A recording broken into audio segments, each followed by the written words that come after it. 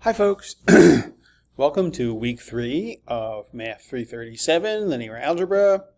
We have more or less finished chapter 1. Chapter 1 was about matrices. What can you do with a matrix? Can you add them? Can you multiply them? Can you use them to represent systems of equations? The answer is yes, that's exactly what you can do. Chapter 2, which is what we're starting today, is an extension of that. We're going to see lots of matrices, but we're not just studying matrices. We're studying linear transformations. So in general, a transformation is some kind of a function or a mapping that starts with some domain and ends in the codomain. But that's very abstract. What we're looking at here is linear transformations. So a linear transformation is one where you have a coordinate space. Let's say it's the plane. So you have coordinates. And then you're taking each point in the plane, for this example, and you're mapping it, you're transforming it into another place, another plane. Now there's a bazillion ways to do that, but we're looking at linear transformations. So here's an example that they're showing in the book. You have a code. Let's say you have the first space is the x space. So instead of having xy, what we have is x1, x2. So that's like a vector that has two coordinates. Then we have y1 and y2. That's another vector that has two coordinates.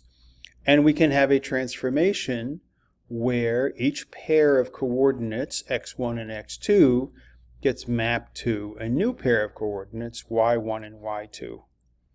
Now you can express this using vector notation. Instead of saying x1 and x2, you could just say the vector x, which consists of two components, x1 and x2, and the vector y. So the vector x gets transformed into the vector y.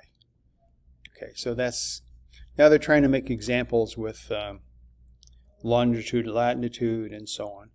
But it turns out if you think of it as a system of equations, then you can represent the system of equations using a matrix. So instead of saying, writing the system without that, you can just say the vector y is equal to the matrix A times the vector x. Okay, so that's a little bit more abstract way of doing it. All right, so that's what we're gonna. That's our setting for this section. And they show you how you can do things using manual operations. Of course, we're going to use Sage Math to do the actual computations. Okay, and more examples, but it's the same. Just more expounding on the same idea. Okay. Now it doesn't have to be 2 by 2. It could be R2 mapping into R3 or R3 mapping into R2 or whatever. So there's different scenarios that we're going to get into, but it turns out each of these scenarios can be represented by a matrix. Now here they're going into some nonlinear functions. We're going to completely ignore that. The basic hypothesis, the basic scenario we have here is a linear transformation, linear function, takes some Rm, that is to say some multi-dimensional real space into some other multi-dimensional real space, and you have the matrix that represents that linear transformation. Okay? By the way, let's notice up here the number of rows is the dimensionality of the target space, the image space, and the number of columns is the dimensionality of the input space. Okay? And here's they're doing an example. So here's an example where the input space I can see it has x1 up to x4, so that's R4. So you're mapping R4 into the y space, and I see it's y1, y2, y3, which means that's three-dimensional space. So this transformation is mapping a four-dimensional space into a three-dimensional space.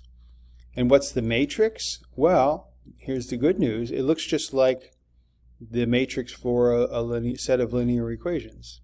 7, 3, negative 9, 8 is exactly the first row, and so on. So each row represents one of the output variables. Okay? And so on. And you can have there's special cases and all kind of things like that. And they have a nice geometric way to think about this, which I'm going to omit for now. We will have a whole section on the geometry of these things. Okay? But not today. Okay. Yeah. Okay, so we're going to show how the matrix can be interpreted as columns, where each column is the image of a special vector in the domain space. So they go into this in a very abstract way. I'm going to show you more numerical examples of this.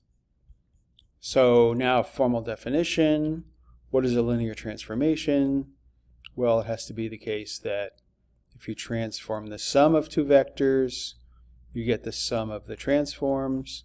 If you transform a constant times a vector, you get a constant times the transform vector. Okay. Some more geometry. I'm not sure that's helpful. You can certainly look at it.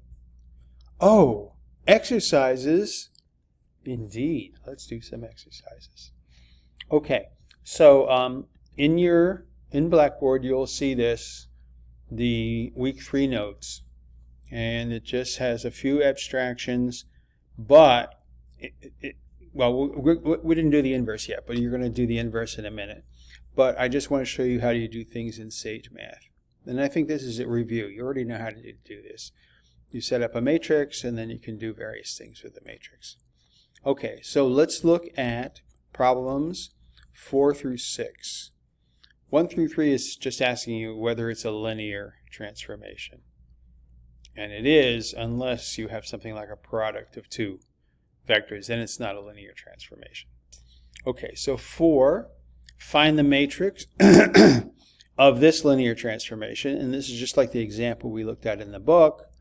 I can see that the output has y1 up to y4, so that's R4, so that's 4-dimensional space.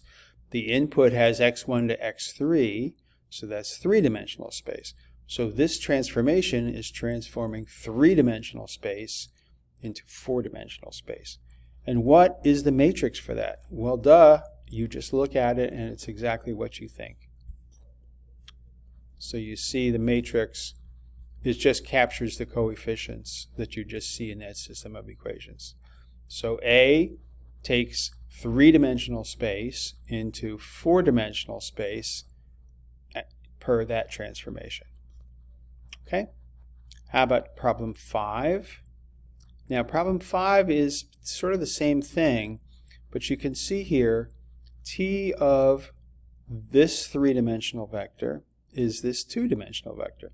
So you can see that t transforms 3-dimensional space into 2-dimensional space. Now I didn't mention it before, but now I want to mention it, that the transformation of this first vector, this is called a unit basis vector. Notice there's 3 of them. 1, 0, 0, 0, 1, 0, and 0, 0, 1. So t is defined based on the transformation of each of these special vectors. So t of 1, 0, 0 is defined as this vector here, 7, 11, and so on. Now, how can I have the matrix? Well, here's the idea. 1, 0, 0 is a special vector, and it has a 1 in the first coordinate and 0 elsewhere, and its transformation is the first column of t. So if you look over here, I'm actually showing you the answers. So if you take A, so here's the matrix A, and notice what it is. The columns of A are just the columns that are shown here. Now, why does this work? Well, if you think of 1, 0, 0 as being the vector where x1 is 1, x2 is 0, x3 is 0, and if you do the matrix multiplication, you're just going to get the first column. If the x1, x2, x3 is 0, 1, 0, you're going to get, and you do the matrix multiplication, you're going to get the second column, and so on. So knowing t of these various vectors actually gives me the columns of the matrix. All right, let's see if we can do another one. Let's see, there's 5. Let's see, how about 6? Now here's the same idea. So x1, t of x1, x2 is x1 times something plus x2 times something. Now let's think about it. Suppose x1 is 1 and x2 is 0. Then the t of 1, 0 is this, 1, 2, 3. So therefore, the first column of t of the matrix is 1, 2, 3. T of 0, 1. Suppose I put in 0 for x1 and 1 for x2, then I'll get this vector, which is the second column of t. Okay, so I didn't really have to do any work here, just to interpret what's going on. And what else do we have to do? 8 through 12. And here, find the inverse matrix. Now, I showed you how to do that using Sage Math. Should I stop? Let's see, should I make another one? Let's see, can we fit all this thing? All right, I'll stop here and we'll do another one, another video.